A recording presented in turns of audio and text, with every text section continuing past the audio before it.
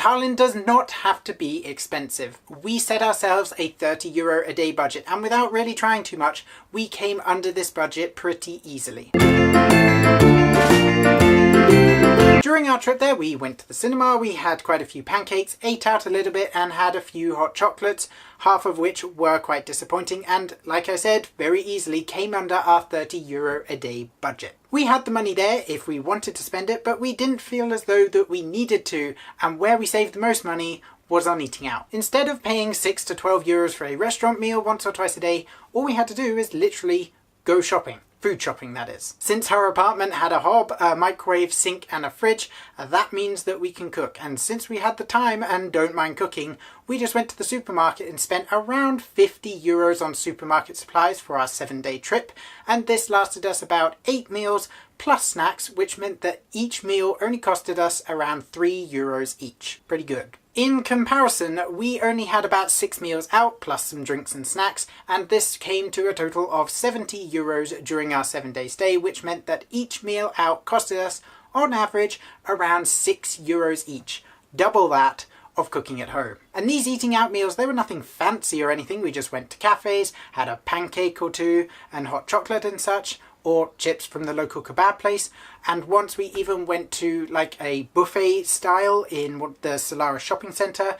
The restaurant was called Lido. Their link is down below for their website, and this place was amazing. I think it was definitely our best find in all of Tallinn. They had a massive buffet like soups, fish, meat, chips, salads, desserts, literally everything, both foreign and also local, and at very reasonable prices as well. You could literally just go in, take a plate and pick things. It was amazing.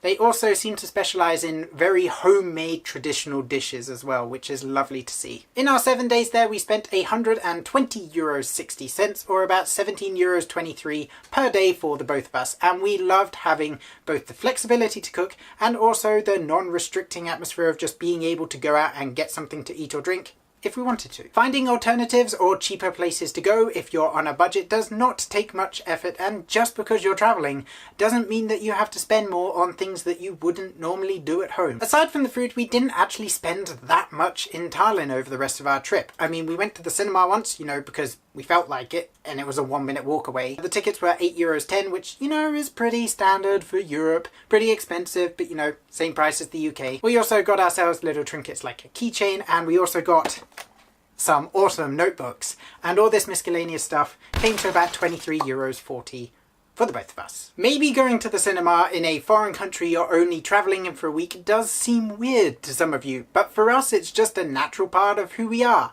Jumping into a similar-ish culture, it does not seem like a radical change. Therefore, for us, it just felt normal. We've been to the cinema in both the UK, New Zealand, Thailand, and now Estonia, I guess, and Estonia actually were the best seats around, if you wanted to know.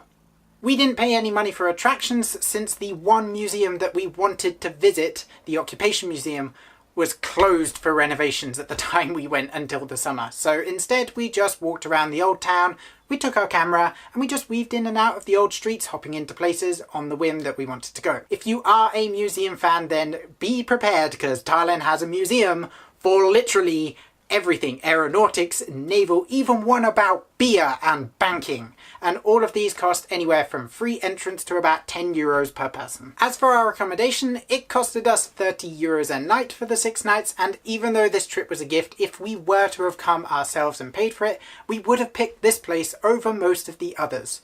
This place was literally 2 minutes walk from the nearest 3 shopping centres and a 5-minute walk from the old centre. It had everything that we wanted: private bathroom, kitchen, and a great view. We could have picked somewhere cheaper, you know, starting at around €20 a night. That's where most of the Airbnbs start.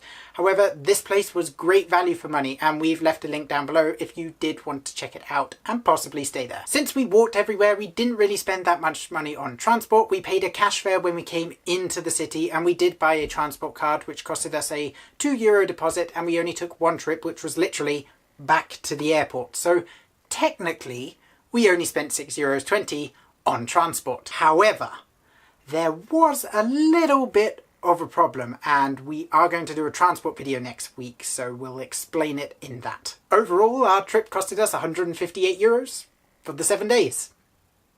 Ta-da! Have you ever been to Tallinn? Would you be interested in eating reindeer soup or fried seagull or whatever else was in that supermarket? Let us know down in the comments below. Don't forget to subscribe for all our upcoming videos, and we'll see you there.